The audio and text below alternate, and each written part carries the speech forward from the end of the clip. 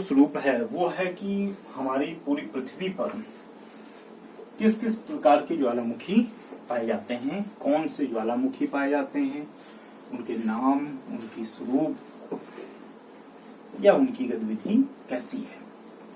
गतिविधियों की बात करें तो हमारे पास देखिए, जब वैसे तो हमको बहुत ज्यादा इस पे नहीं पढ़ना, लेकिन ये ध्यान रखिएगा, अगर हम संरचना की तरह की बात करें तो हमारे पास 3 तरह की संरचनाओं की स्थितियां होती हैं। विस्फोट की बात करें तो हमारे पास कई प्रकार की स्थितियां, भौगोलिक दशाओं या भौगोलिक क्षेत्र के आधार पर बात करें तो उस प्रकार के भी ज्वालामुखी होते हैं। अर्थात कई तरह की ज्वालामुखी संरचनाएं हमारे पास होती हैं, अम्लीयता, क्षारीयता इत्यादि के आधार पर। लेकिन हमें ये सब बिल्कुल नहीं पढ़ना है, क्योंकि इस पर प्रश्न बिल्कुल भी नहीं आता है। केवल प्रश्न आता है कि ज्वालामुखी की सक्रियता कैसी है, तो सक्रियता के आधार पर ज्वालामुखी पूछे जाते हैं। तो बाकी भौगोलिक आप छोड़ सकते हैं, क्षारीयता, अम्लीयता के आधार पर छोड़ सकते हैं, किसी क्षेत्र में, भौगोलिक क्षेत्र में पाए जाते हैं तो उसको छोड़ सकते हैं इत्यादि। 3 तरह की स्थितियां हैं। सबसे पहला सक्रिय ज्वालामुखी, सुप्त,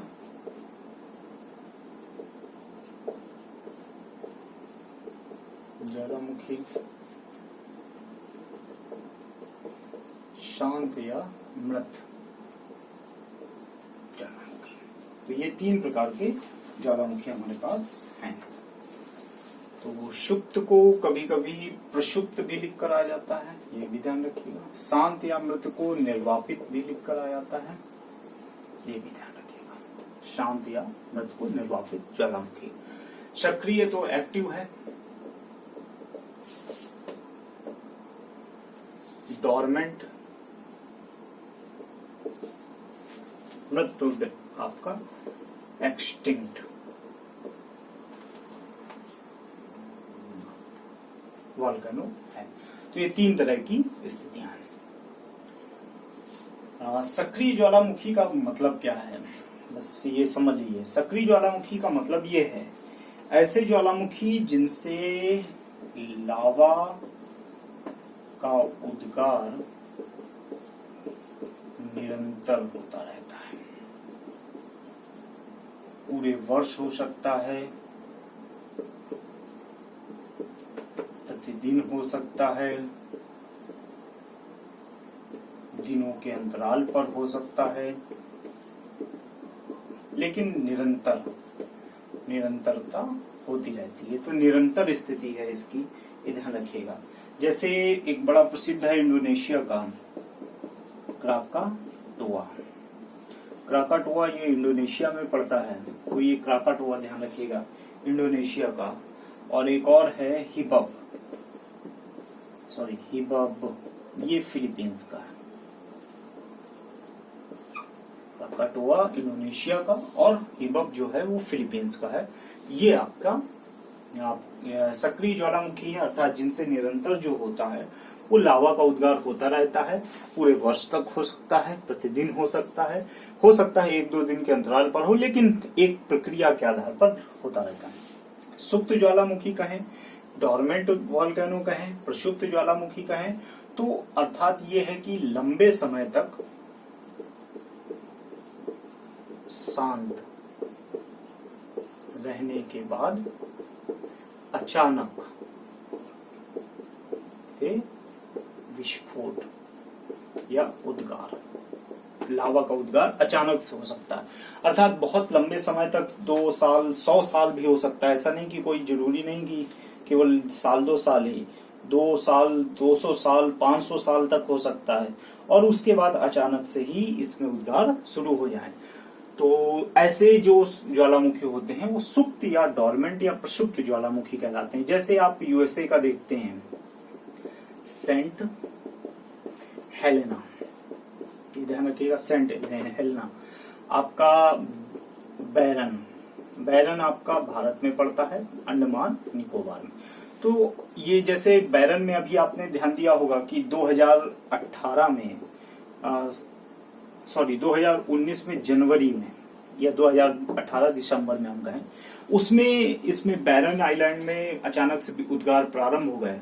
हालांकि बहुत बड़े उद्गार नहीं थे, लेकिन प्रारंभ हो गए, और वो उद्गार हुए थे करीब 110 वर्ष के बाद, अर्थात 100 वर्ष से लंबे समय तक ये ज्वालामुखी शांत रहा बिल्कुल, और 2019 में अचानक से इसमें विस्फोट हुआ, फिर शांत हो गया है। और अब जैसी स्थिति बताई जाती है कि ये जाकर 2036 के आसपास फिर से इसमें विस्फोट होने की संभावना। तो ये क्या है, ये डॉर्मेंट है, सो रहा है, अचानक से उठेगा, अचानक से जागेगा, अचानक से विस्फोट होगा और फिर सो जाएगा। तो ये जो स्थितियां होती हैं, ये जो होती हैं, ये है सुप्त ज्वालामुखी या शांत ज्वालामुखी की। मृत ज्वालामुखी या निर्वापित ज्वालामुखी जो है, इनका मतलब यही है कि जो समाप्त हो चुके हैं, अर्थात जो हजारों या सैकड़ों भी लिख सकते हैं वर्षों से शांत हैं और भविष्य में उनमें उद्गार होने की कोई संभावना नहीं है। अर्थात ये हजारों साल पहले शांत हो गए, और शांत होने के बाद अब इसमें भविष्य में इसमें किसी भी प्रकार का कोई भी उद्गार होगा या नहीं होगा, होने की कोई संभावना नहीं, खत्म हो चुके हैं, बिल्कुल बेकार हो चुके हैं, भविष्य में अब कोई संभावना नहीं, अर्थात ये बिल्कुल एक्सटिंक्ट हो गए हैं। जैसे आप भारत का नारकोंडम ले लीजिए, ये अंडमान निकोबार में है भारत के। जैसे ये बैरन जो है वो भी आपका अंडमान निकोबार में है, और नारकोंडम जो है वो भी आपका अंडमान निकोबार में है। तो ये भारत का ज्वालामुखी है जो मृत हो चुका है, पूर्णतः शांत हो गया, निर्वापित हो गया, एक्सटिंक्ट हो गया। जैसे जापान का फ्यूजियामा, नाम से ध्यान रखिएगा, ये फ्यूज हो चुका है पूरी तरह से। फ्यूजियामा जो है ये फ्यूज होने की स्थिति हो गई है। तो ये जो ज्वालामुखी स्वरूप हैं, ये सारे के सारे ज्वालामुखी स्वरूप हैं।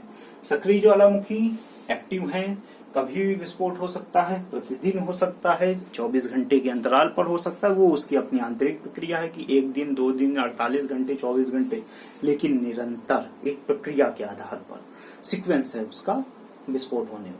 पूरे वर्ष हो सकते हैं, और जब से शुरू हुए हैं, आज से सैकड़ों साल, हजारों साल से, तब से लगातार हो रहे हैं। जैसे क्राकाटोआ है, माउंट हिबब है, ये सब सुप्त प्रसुप्त लंबे समय से शांत हैं, और अचानक से हो सकता है इनमें उद्गार प्रारंभ हो जाए, लावा निकलना शुरू हो जाए। तो ऐसे ज्वालामुखी जैसे सेंट हेलेना है, बैरन है। इसी तरह आपके शांत, मृत या निर्वापित जिन्हें कहें, इनका मतलब ये पूर्णतः शांत हो गए हैं, हजारों साल हो गए इनके शांत हुए, सैकड़ों साल हो चुके, और भविष्य में कभी भी इनके उद्गार होने की कोई संभावना बिल्कुल भी नहीं है। जैसे फ्यूजियामा सबसे प्रमुख, नारकोंडम तो बहुत छोटा सा है, लेकिन फ्यूजियामा बहुत प्रसिद्ध ज्वालामुखी पर्वत है। फ्यूजियामा को जरूर याद रखिएगा, इसका फ्यूज उड़ गया है, ये स्थिति। तो ये ज्वालामुखी हैं। मैं कुछ आपको ज्वालामुखी बता देता हूँ जो काफी इंपॉर्टेंट है, वो सारे के सारे आप याद कर लीजिए जितने भी, कि कौन सा ज्वालामुखी कहाँ पर है, ये सारे के सारे। जैसे ओजस डेल सालाडो सबसे प्रमुख ज्वालामुखियों में से है। ओजस डेल सालाडो ये अर्जेंटीना और चिली में है। अर्जेंटीना चिली मतलब दक्षिणी अमेरिका क्षेत्र है। अगला है अरेनल, अरेनल कोस्टा रिका में है। इराजू, इराजू भी कोस्टा रिका में है। माउंट इराजू जो है वो कोस्टा रिका में है। माउंट क्राकाटोआ ये आपका इंडोनेशिया में है, जैसा आपको मैंने बताया भी था। माउंट क्राकाटोआ एक सक्रिय ज्वालामुखी है। कोटोपैक्सी ये इक्वाडोर में है। कोटोपैक्सी को जरूर याद रखिएगा, इस पर बहुत प्रश्न आता है। प्रश्न यही आता है कि विश्व का सबसे सक्रिय ज्वालामुखी कौन सा है, तो कोटोपैक्सी जो है वो विश्व का सबसे सक्रिय ज्वालामुखी है। कोटोपैक्सी इक्वाडोर में है। माउंट किलायू, किलायू हवाई द्वीप में है, अमेरिका के हवाई द्वीप में। और ये भी ध्यान रखिएगा सबसे अधिक ऊंचाई पर स्थित सक्रिय ज्वालामुखी जो है वो माउंट किलायू ही है। तो क्राकाटोआ जो है वो विश्व का सबसे सक्रिय ज्वालामुखी है, और माउंट किलायू जो है वो विश्व की सबसे अधिक ऊंचाई पर स्थित सक्रिय ज्वालामुखी है। इसके अतिरिक्त माउंट किलिमंजारो है। किलिमंजारो तंजानिया में है। इसके बाद माउंट कैमरून, ये कैमरून में है, कैमरून जो अफ्रीका में पड़ता है। अगला है माउंट लेमिंगटन, माउंट लेमिंगटन जो है पापुआ न्यू गिनी में है। इसके साथ माउंट एटना, माउंट एटना जो है वो सिसिली, इटली का जो द्वीप है सिसिली वहां पर है। इसके साथ माउंट इरेबस, इरेबस जो है वो अंटार्कटिका में है और वहां का सबसे ऊंचे पर्वत श्रृंखलाओं में से एक है। अगला है माउंट सेंट हेलेस, ये अमेरिका में है। माउंट पिनाटुबो बहुत इंपॉर्टेंट है, कई बार पूछा गया है, फिलीपींस में है। अगला है माउंट रेनियर, ये संयुक्त राज्य अमेरिका में है। अगला है मोना लोआ, ये हवाई द्वीप में है और हवाई द्वीप भी यूएसए में है, अमेरिका में ही है। अगला है माउंट केलिमुटू, ये इंडोनेशिया का है, माउंट केलिमुटू जो है वो इंडोनेशिया का है। Mount Fujiyama Japan, mount Chimborazo Ecuador, mount Vesuvius ये इटली में है, नेपल्स का जो क्षेत्र है इटली का वहां पर है। अगला है माउंट ताल, ये माउंट ताल जो है वो फिलीपींस में है।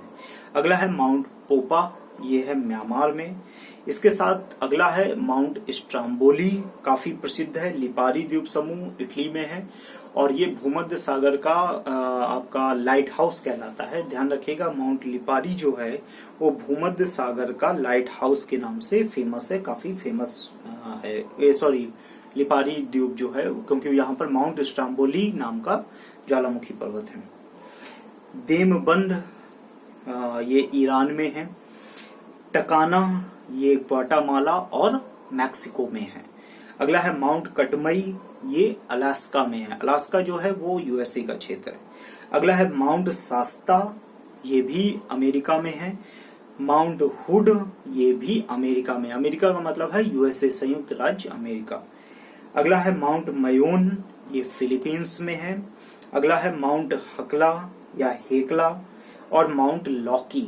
ध्यान रखिएगा माउंट हेकला और माउंट लॉकी ये दोनों भी आइसलैंड में है, ये दोनों आइसलैंड में है। अगला है लेसन पीक, लेसन पीक ये है अमेरिका में। अगला है माउंट समेरू, ये है इंडोनेशिया में।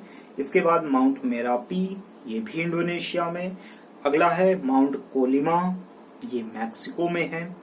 अगला है माउंट सबन काया, सबन काया पेरू में है। अगला है माउंट अल्बुर्ज, अल्बुर्ज जो है वो ईरान में है।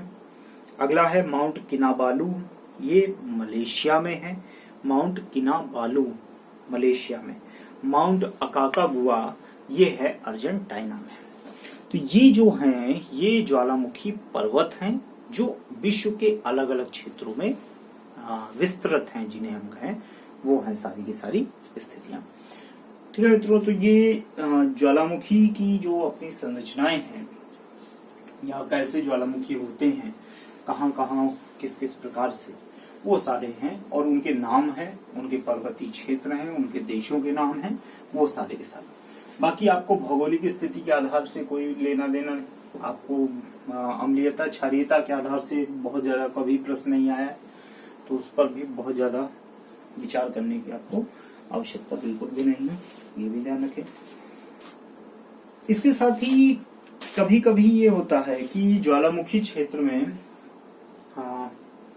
कई प्रकार की संरचनाएं बनती हैं, जिसमें दो प्रकार की संरचनाएं हैं। एक संरचना जिसे हम गीजर कहते हैं और एक संरचना जिसे हम गर्म जल के झरने कहते हैं। ये दो संरचनाएं। इसके अलावा जो होता है वो है आपका धुआंरा, फ्यूमारोल। इसके साथ ही होते हैं ज्वालामुखी बम, ज्वालामुखी बम की स्थिति है। और इसके साथ ही एक और संरचना होती है लैपिली प्यूमिस पायरोक्लास्ट। ये कुछ ज्वालामुखी क्षेत्रों में बनने वाली अलग अलग संरचनाएं हैं, ध्यान रखें। देखिए, जब गीजर की बात करें कि गीजर क्या होता है, तो गीजर तो सीधा सा है, गर्म जल के क्षेत्र हो सकते हैं, सीधी सी बात है। गर्म जल के क्षेत्रों का मतलब गीजर का स्वरूप ऐसा है कि ज्वालामुखी जब शांत हो जाते हैं तो उसके बाद क्या है कि उन क्षेत्रों में आंतरिक क्षेत्रों की जो हलचलें हैं उसके कारण बहुत तेजी से गर्म जल जो है वो फव्वारे के रूप में बाहर निकलता है। एक अंतराल पर निकलता है, अर्थात निकला फिर शांत हो गया, फिर 10 मिनट बाद निकला फिर शांत हो गया, फिर 10 मिनट बाद, एक निश्चित अंतराल पर प्रक्रिया चलती रहती। वो जो स्वरूप होता है वो गीजर या गेजर का स्वरूप होता है। जैसे अमेरिका का येलो स्टोन पार्क, ध्यान रखिएगा, गीजर जो गर्म जल लगातार निकलता रहता है एक निश्चित अंतराल पर रुक रुक कर, फव्वारे के रूप में, निरंतर नहीं। निरंतर का मतलब नहीं जैसे झरना होता है, झरना नहीं, गीजर है ये, जैसे फव्वारा होता है वैसा। गर्म जल के झरने, इसका गीजर का एग्जाम्पल बढ़िया है, येलो स्टोन पार्क है अमेरिका का, ध्यान रखिएगा, बहुत पूछा जाता है। गर्म जल के झरने का मतलब है जहां से निरंतर जल निकलता रहता है, अर्थात वो पानी शांत ही नहीं होता, ये नहीं कि कुछ सेकंड या कुछ मिनट के लिए भी शांत हो, निरंतर जल निकलता रहता है। हालांकि ये विश्व में बहुत सारे स्थान हैं, न्यूजीलैंड के क्षेत्र हैं, इसके साथ ही आपका अमेरिका के क्षेत्र हैं, इसके साथ ही भारत के भी क्षेत्र हैं।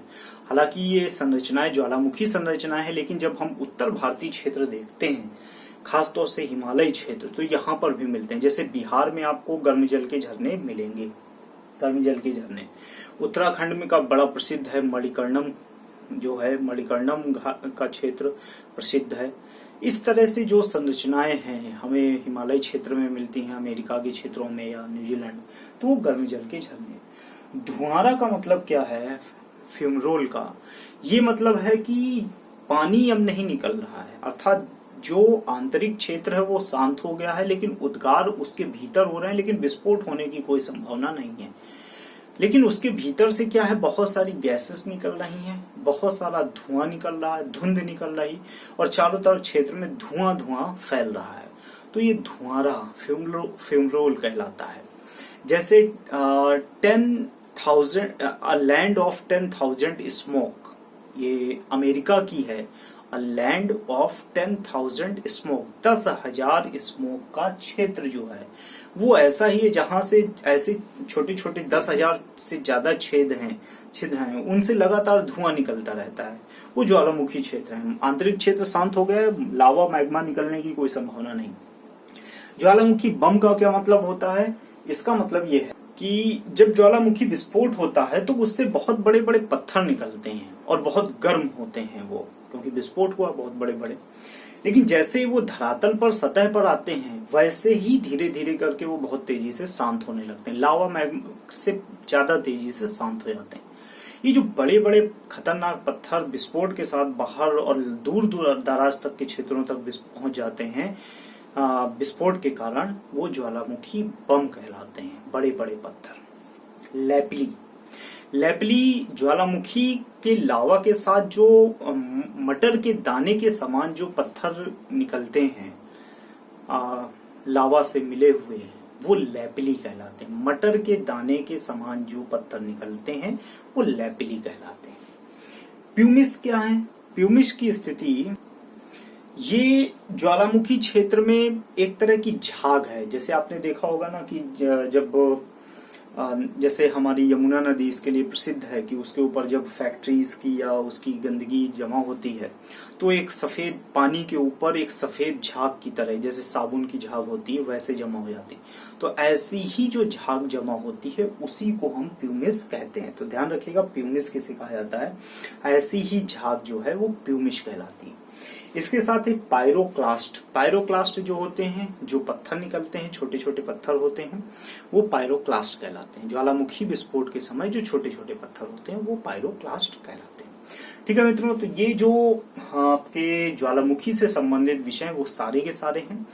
और अगर कोई पॉइंट नहीं समझ में आया है, कोई विषय नहीं समझ में आया है, तो कमेंट बॉक्स में कमेंट जरूर कर दीजिए, जिससे मुझे भी समझ में आए कि अब कोई गलती तो नहीं हुई है। दूसरी चीज ये है कि अगर आपने कहीं कोई विषय अलग ढंग से पढ़ा है तो उसको जरूर बता दीजिए, और अगर कोई विषय नहीं भी समझ में आ रहा है तो फिर से समझने के लिए आप मुझे बता दीजिए कमेंट बॉक्स में, मैं आपको समझा दूंगा।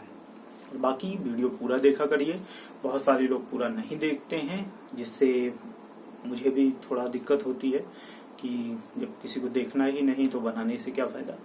तो कोशिश कीजिए अंत तक पूरा देखा करिए। बहुत बहुत धन्यवाद।